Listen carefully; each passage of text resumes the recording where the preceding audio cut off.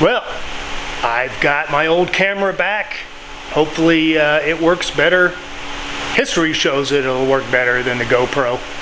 And so I'm sending the GoPro off to get repaired, and I'm going to buy an Action 3 or an Action 4, maybe a rebuilt, refurbished one, because these things are crazy expensive. I paid close to $500 for the GoPro and the accessories that go with it, and it's been nothing but a pain. So let's look at what we've got going and what we've done since the last video. And if we look here, I found some sills, some door sills, and some door gasketing. I've got some more gasketing there. I don't know if you've ever worked with this before, but some of these gaskets get chewed up, like at the bottom and stuff. But you can cut and super glue them together, and then when you paste them into the track, they'll hold up just fine. You don't need to worry about them pulling apart. So I'll cut out some of the bad parts, put in the new parts, like right up here. I'm going to super glue that together so that I don't have to worry about it leaking and fussing. And these are the door panels. The door panels are in. I like the way I got one or two more fasteners that I got to put in there so that it's uniform. But let's get busy. We'll work on that. The interior is looking really good. And pay no attention to those wires. But making progress, and after this it is going to go to the mechanical side. Just recently every seal on this thing has started leaking. Both axle seals, the transfer case seals. So I've already done the transfer case. Now I got to do the rear axle because it's pouring out on the ground, and we'll get those things going and then move on to potentially brakes, so that this thing is getting close. The one thing that I do have concerns about is the AX15 transmission install. I put the throwout bearing in there, etc. However, I have not gotten the hydraulic clutch to work yet. So that's my only concern, is what kind of troubles I'm going to run into with that, I should say. And then I know that I've got a hydraulic slave cylinder, master cylinder. I just got to get them working the way that they're supposed to. But making serious progress. I'm trying to hunt down a rack for the top. I also need a top headliner. I need some armrest, etc., etc.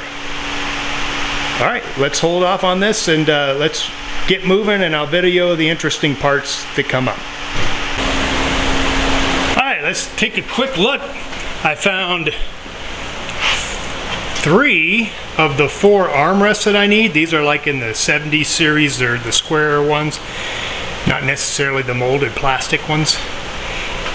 And I got the seats in, not bolted down, but in. Got my 3rd armrest over there. I'm just missing the one on the behind the driver. But yeah, progress, man. We got the sills in on both sides. Look at that.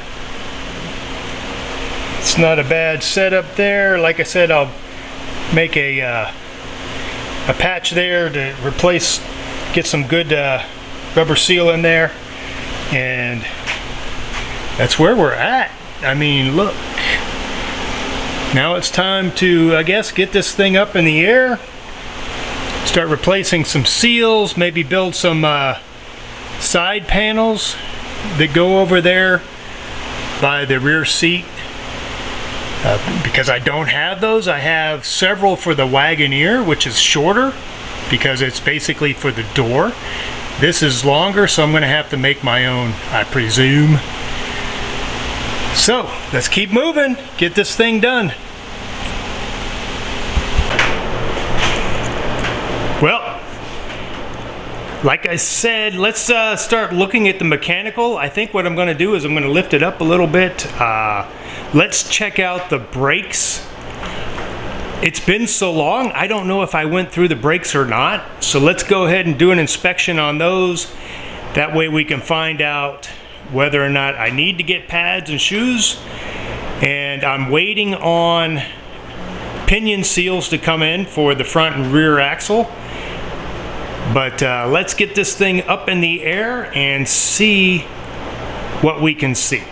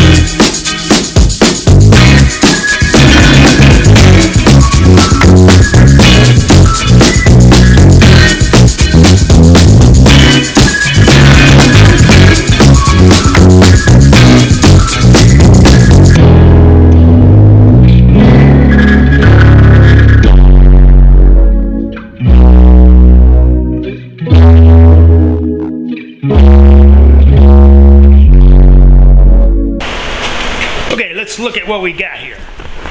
It appears that I have already gone through this whole mess here. The brakes and everything, because they're clean, they're painted, and there's plenty of room left on the shoes. Got a new wheel cylinders on both sides and the rear. So those look like they've been done. These look good. I got pads and everything. It's a little rusty from sitting. I think I'll scuff them up a little bit. But now I'm just going to go make sure that there's fluid in the master cylinder, and then I'm going to do a vacuum bleed on all four corners.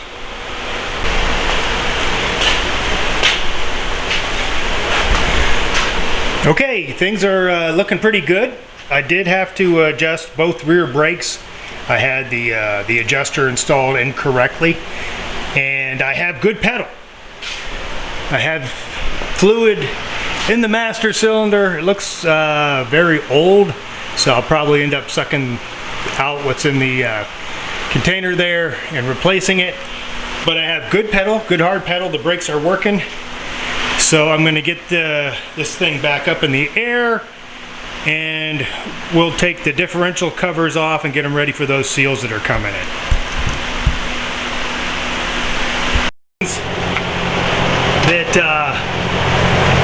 That I ran into is there is a huge amount of what I guess you would call backlash. I don't care what Spideyverse you're from, but you shouldn't have. Let me see if I can show it to you here. I mean, look at all that wear. And it looks to be wear in the teeth and also on the cross shaft. However, I would like to upgrade to a limited slip, but can't find a decent limited slip, a new one, for under 800 bucks. I'd like to put a Detroit True Track in there. It's all gear driven. That's what I've got in my J10 that came from a 2015 diesel Cummins. But I did find one on Fleabay, and Fleabay says that they can give me one that's a little bit rusty, but I don't know the condition of the clutches, for about 250 bucks. So that's a potential, that's a possibility. However, I'm going to button this up, put no oil in it, and drive it for a while until the funds in my decision is certain. That way I can get this thing up and going. I'm not going to hold off on waiting for a limited slip. So we're going to seal this up. We're going to put the new, I got the new seals for the pinion shaft, pinion yoke, and I'll film that as we do it. Something else that I did, is I took the differential cover for the AMC M20. It's a round moon, looks like a hubcap. But I completely overhauled and rebuilt it and put a can of new on there. And so now I have a new part that I can put on that axle and not have to worry about it. Yay! Okay, continuing the saga, there were several seals that I saw online for the AMC M20. This is the larger one, and it has a flange. However, the one that ended up fitting was actually the smaller one without the flange. You know, I'm only out $4 or whatever, so that's not a big deal. But basically, you're gonna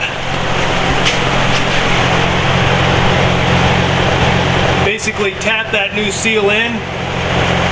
They recommend that you put some sealant on the outside of the seal, tap it in.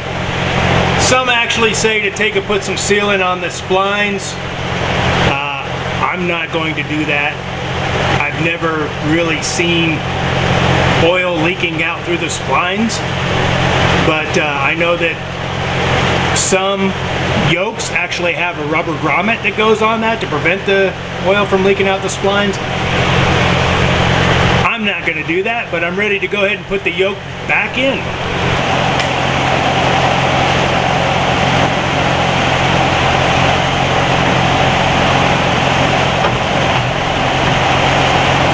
Yeah, you can see the amount of backlash there from those spiders. Something that's definitely going to have to be addressed. I'm going to put some red Loctite on this bolt, just to make sure.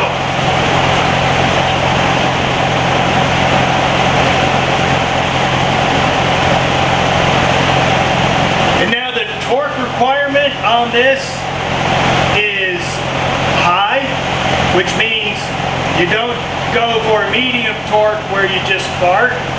You actually go for a high torque, and that's when your colon starts to bounce past your sphincter, but then you stop because you don't want it to go past and not come back in.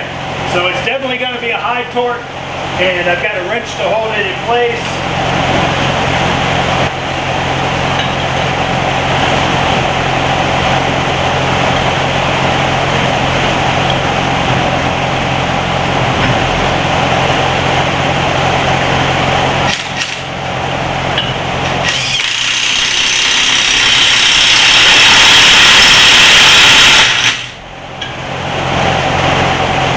Put an extension on and go into the high torque mode.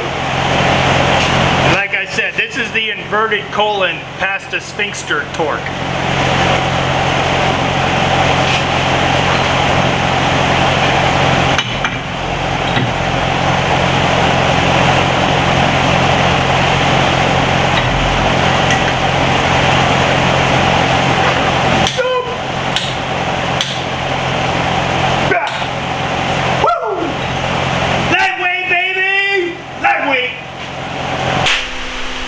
Okay, so let's do a quick wrap up for this video. We want to see basically where we're at now. Get you guys involved here. All right, so this is the rear axle's all buttoned up. Everything's tied together. Unfortunately, in the process of moving things, this old brake line is now cracked. So I'm going to have to replace this brake line that goes to the passenger rear. Not a big deal. We have a place that makes hydraulics, custom hydraulics like this. They can copy whatever you bring in, or I could just go on the cheap and maybe get a piece of line and bend it myself. Depends on what I want to do. But we got everything together.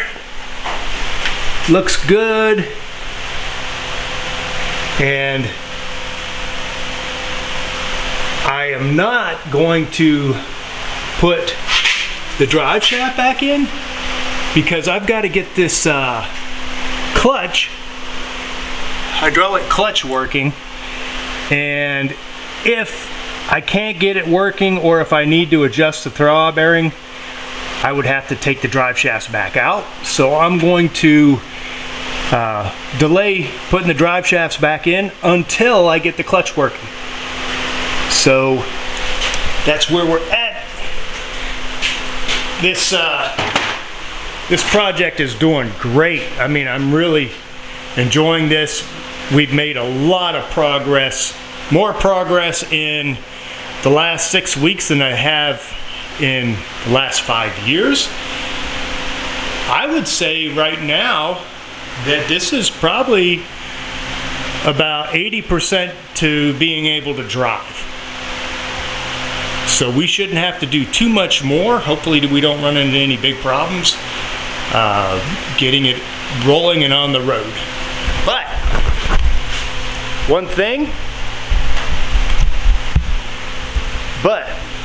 one thing why I wanted to wrap this up is I'm going to be turning 60 this month, and that's in June. And my family's taking me on vacation to Jamaica, so it'll be a week or two before my next video comes out. But enjoy this video. I'm having a lot of fun. I pray that there's people that are interested in this, in these videos and in the Cherokee. I mean, I can't tell you how much I really like these things. And I don't know if I ever mentioned it or not, but I was in Biloxi, Mississippi in the military back in '83. And there was a guy, a local guy, that had 2 of these Cherokees where he actually cut 12 inches out. He cut 12 inches out between the door and the rear wheel well. And it was like a shortened Cherokee. And it looked tough because he had 33-inch tires stuffed in there with a short wheelbase Cherokee, and it looked really cool. I haven't seen another one since. So I don't know if that was just a local thing in Mississippi, or maybe he was just in the military and he brought it from somewhere else. But it was really cool. All right, Rocky signing off. Talk to you later.